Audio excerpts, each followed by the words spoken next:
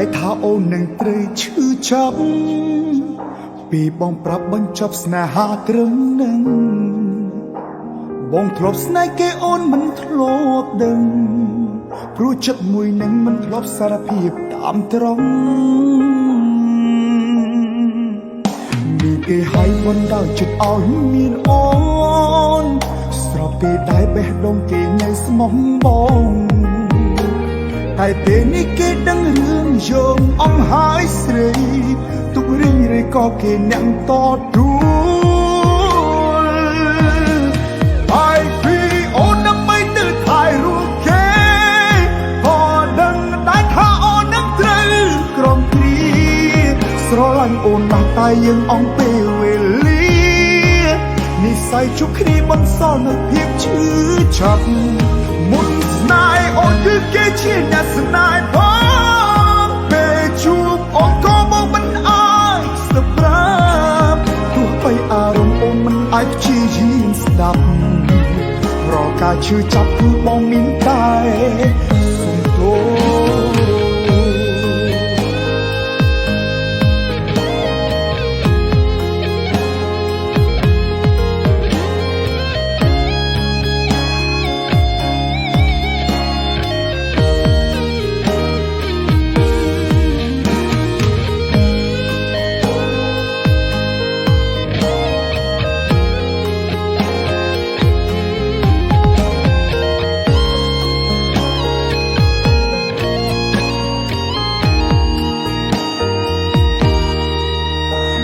គេឲ្យបណ្ដោយចិត្តឲ្យមានអូ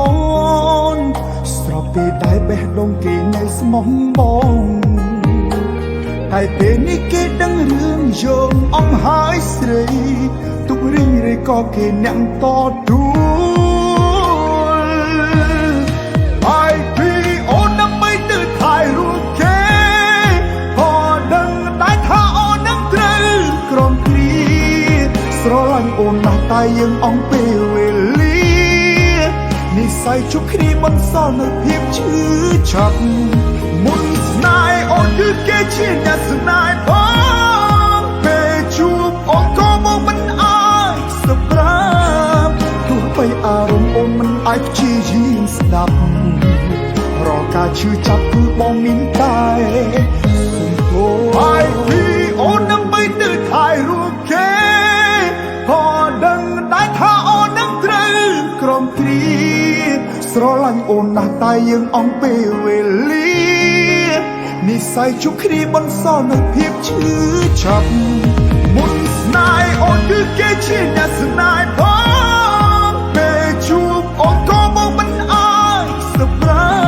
ប់ទោះបីអារម្មណ៍អូនមិនអាចព្យាយាមស្ដាប់រកការឈឺចាប់គឺបងមានតែសុំទោស